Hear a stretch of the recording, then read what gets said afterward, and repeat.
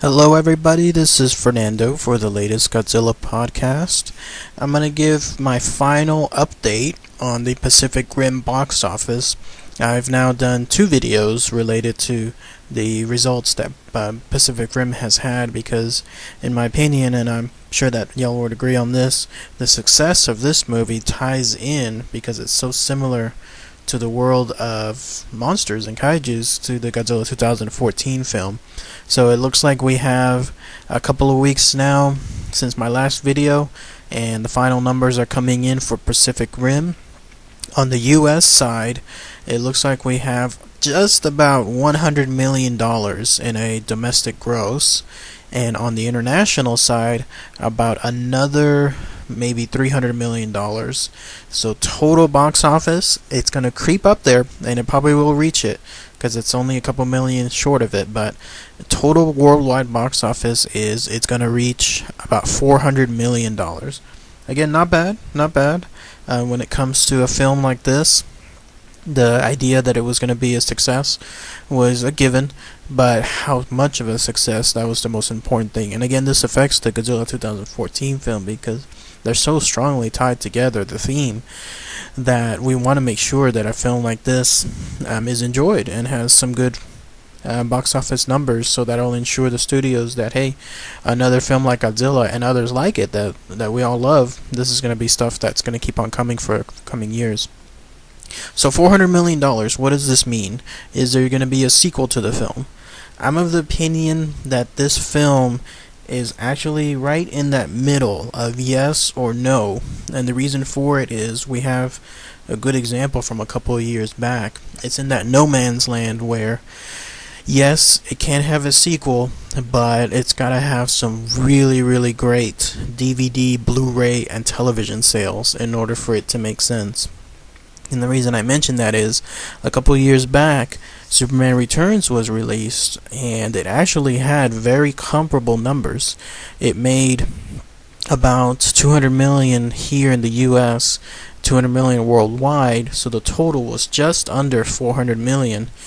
I think it ended up being like $380 million or so. So it's pretty close to the box office results that Pacific Rim had. And it also had a comparable budget. Both films were made for about $200 million. And the thing with those Superman Returns, and the reason that I mention it here, is because even with $400 million in almost total sales, there still wasn't a sequel made to that film. Of course, now we have Man of Steel, and that is a whole reimagining of the franchise altogether.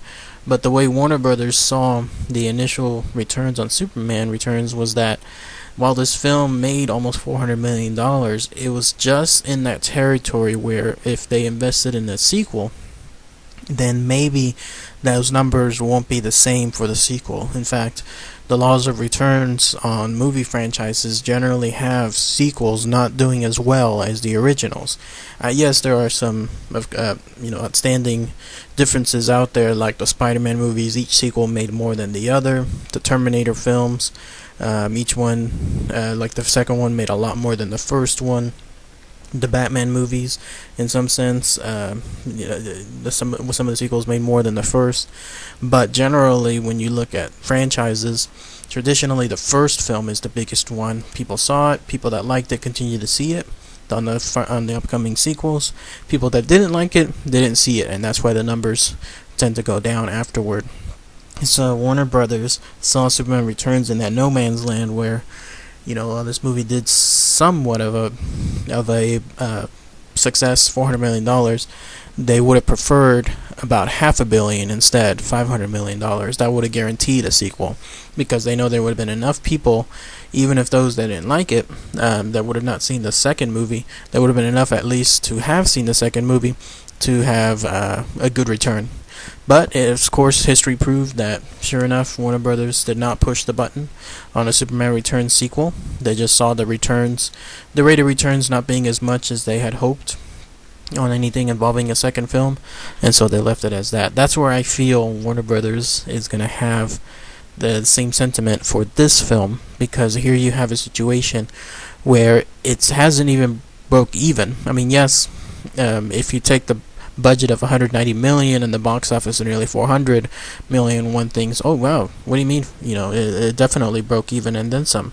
No, the thing with releases in Hollywood is that traditionally theaters keep 50% here in the US, and overseas movies, the countries that the movies are being shown in keep even more. I think China, for example, I read an article somewhere in Variety that states that China keeps 75% of the entire gross.